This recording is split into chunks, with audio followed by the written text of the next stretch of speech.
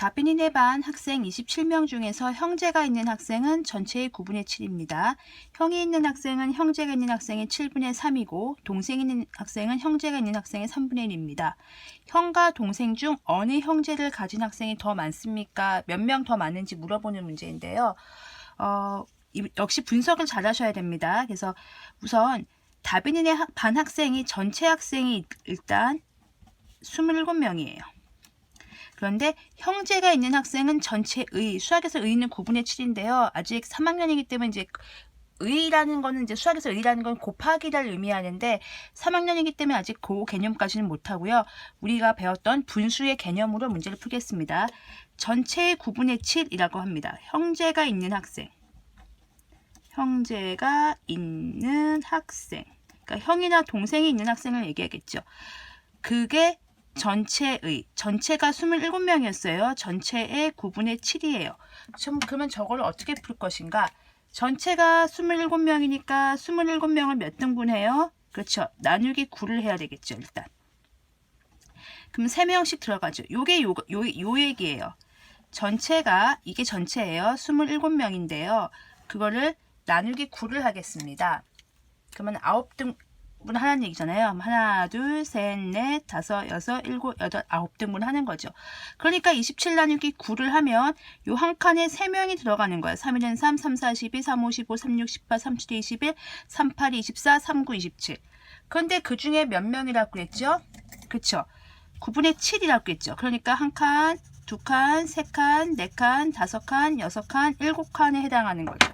그러면 그걸 다시 어떻게 해야 돼요? 그러니까 이렇게 쓰지 마시고 이렇게 27 나누기 9를 하면 3이 나와요. 그 3명을 곱하기 얼마 해야 돼요? 7을 해야 되겠죠. 왜냐하면 9분의 7이니까. 그래서 21명입니다. 형제가 있는 학생은 전체의 9분의 7이기 때문에 그게 몇 명이 되는 거예요? 21명이 됩니다. 그게 형제가 있는 학생이에요. 전체 형제가 있는 학생. 그런데 그게 두 개도 갈라지죠.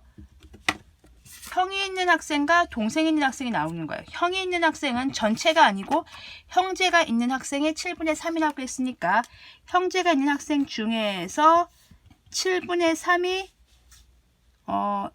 형이 있는 학생이고요. 그러니까 동생이 있는 학생은 형제가 있는 학생 중에서 21명 중에서 3분의 1이 동생이 있는 학생이죠.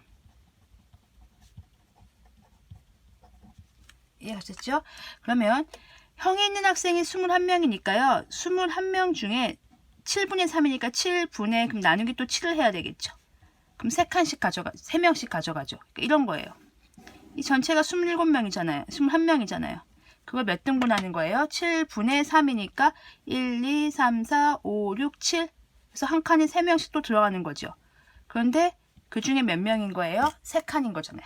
3명인데 7분의 3이니까 곱하기 3을 하니까 9명이 되겠죠. 그래서 형이 있는 학생은 9명이 되는 거고요.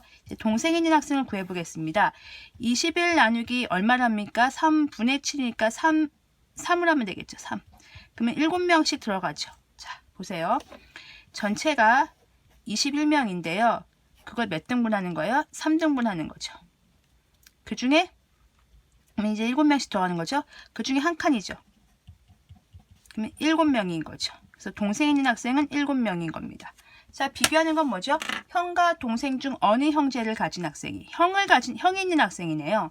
그러면은 형이 있는 학생이 몇 명 더 많습니까? 동생이 있는 학생보다? 그렇죠. 2명 더 많습니다. 이렇게 답을 써주시면 되겠습니다.